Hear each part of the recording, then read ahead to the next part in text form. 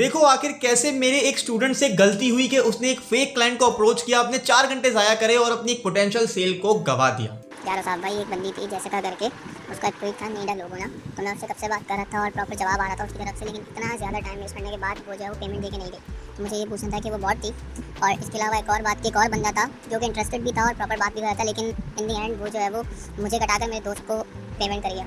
ये गलती तुम ना करो, इसलिए तुम्हें बताने के लिए मैं बैठा हूं और मुझे यकीन है कि इस वीडियो को अगर तुमने पूरा देखा तुम्हें समझ में आ जाएगा कि तुम असल क्लाइंट्स को और फेक क्लाइंट्स को आइडेंटिफाई कैसे कर सकते हो, कौन असल है कौन फेक। देखो सबसे पहले अगर तुम ट्विटर पे काम कर रहे हो, डिस्कॉर्ड की आने वाली क्लासेस पे बात करेंगे, अगर तुम ट्विटर पे काम कर रहे हो तो ट्विटर पे फेक क्लाइंट को स्पॉट करना बहुत आसान है। सिंपल, अपनी जब ट्विटर पे तुम रीचिंग करते हो, फॉर एग्जाम्पल तुम रीचिंग कर रहे हो hashtag streamers, hashtag VTubers, hashtag art, तुम जो हैशटैग यूज करते हो उसके थ्रू, तो उससे होता यह है कि वहां पर ना तुम्हें कुछ वीट्यूबर्स नजर आते हैं। अक्सर लोग वीट्यूबर पाकिस्तानी बने हुए होते हैं, उनको सेल चाहिए होती है, इसलिए अब उसको तुम पहचानोगे कैसे? उसके रीचिंग स्टाइल को देख के। तुम रिप्लाईज में जाओगे, रिप्लाईज में जाने के बाद तुम देखोगे कि वहां पे जो बंदा रिस्पॉन्स कर रहा है, जो बंदा चैटिंग कर रहा है, जो बंदा बात कर रहा है, वो किस तरीके से कर रहा है। अगर कंसीडर मी और your artwork is very cute, very beautiful ऐसे करके सामने वाले की तारीफें कर रहा है तो वो बॉट है। इस चीज का ध्यान रखना। और हाँ, उसका जो अगर वो यूट्यूबर बन के बैठा हुआ है ना, तो उसके बायो में एक स्ट्रीम का वो होगा, ट्विच का लिंक, ट्विच का हो सकता है, यूट्यूब हो सकता है, किक लिंक हो सकती है, तुम वहां पे उसको वो चेकआउट कर लेना। अगर इन तीनों में से कोई भी लिंक उस पर अपलोडेड नहीं है तो उसी वक्त उसको ब्लॉक कर देना, वो पाकिस्तानी ही है, तुम्हारा बैठ के काट रहा है और कुछ भी नहीं। अब काफी लोग मेरे बताए हुए तरीके से ट्विटर पे काम करते हैं, जो मैंने टैग्स बताए हुए हैं कुछ, जैसे लुकिंग फॉर आर्टिस्ट हो गया, नीड एन आर्टिस्ट हो गया, एनीवन नो आर्टिस्ट हो गया, लुकिंग टू कमीशन हो गया।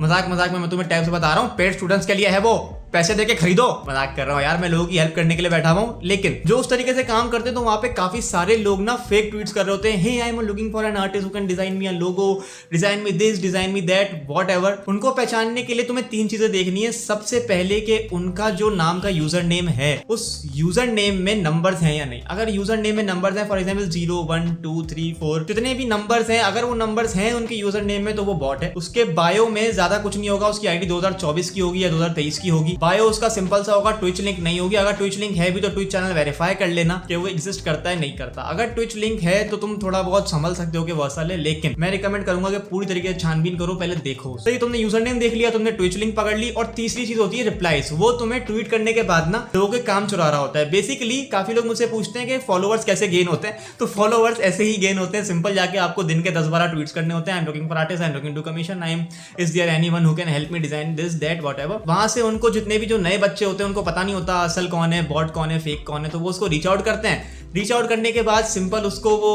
उनका जो काम होता है वो काम चुराता है। उसके बाद पोर्टफोलियो भी आ गया, उसके बाद फॉलोवर्स भी आ गए, तो सामने वाले बंदे का तो फायदा हो गया। तो तुम्हें ऐसे पहचानना पड़ता है। जैसे काफी आर्टिस्ट अकाउंट तुम्हें मिल जाएंगे, एमिलिया जेन, ये वो वगैरह वगैरह तुम्हें स्क्रीन पे भी शो हो रहे होंगे। ये क्या करते हैं, ये फेक ट्वीट्स करते हैं दूसरों का पोर्टफोलियो लेने के लिए या अपने फॉलोवर्स बढ़ाने के लिए, तो इस झांसे में मत फंस। ये 3 चीजें अगर तुमने पॉइंट आउट कर ली, यूजर नेम, ट्विच लिंक और रिप्लाईज, इन 3 चीजों को तुमने देखना है। अगर ये 3 चीजें तुम्हारे क्राइटेरिया से मैच हो रही हैं तो समझ लो वो बॉट है। रीचिंग करते हुए हमेशा पहले आईडी को खोलो, आईडी खोलने के बाद पहले सुकून से ट्वीट पे जाओ, ट्वीट पे उसकी आईडी चेक करो। आईडी अगर लेजिट है, वो काम बनवाता हुआ आ रहा है, या नॉर्मल पोस्टिंग उसकी हुई भी आईडी पे, तो उस बंदे को रीच आउट करना। सिंपल, सिर्फ यही फर्क। अगर कोई असल आर्टिस्ट होगा ना, असल कह रहा हूं सॉरी, अगर कोई असल क्लाइंट होगा जिसको वाकई में जरूरत होगी, तो वो ऐसे छिछोर बने नहीं करता। वो कभी भी डॉलर आइकन नहीं लगाएगा अपनी पोस्ट के आगे, कभी भी पहले से बजट नहीं बताएगा। बजट अगर थोड़े बहुत जो बताते हैं $45 $50 वो ठीक है। हमारे वाले फेक वाले क्या करते हैं, $500 बजट है, $1000 बजट है, वो बंदा देखता है अरे यार इसको मैंने काट लिया तो मेरा तो महीना निकल जाएगा। लालच दिमाग में भरी हुई है ना भाई, और क्या। तो सिंपल, वो फटाफट उस पर टूट पड़ता है, उसको रीच आउट करता है और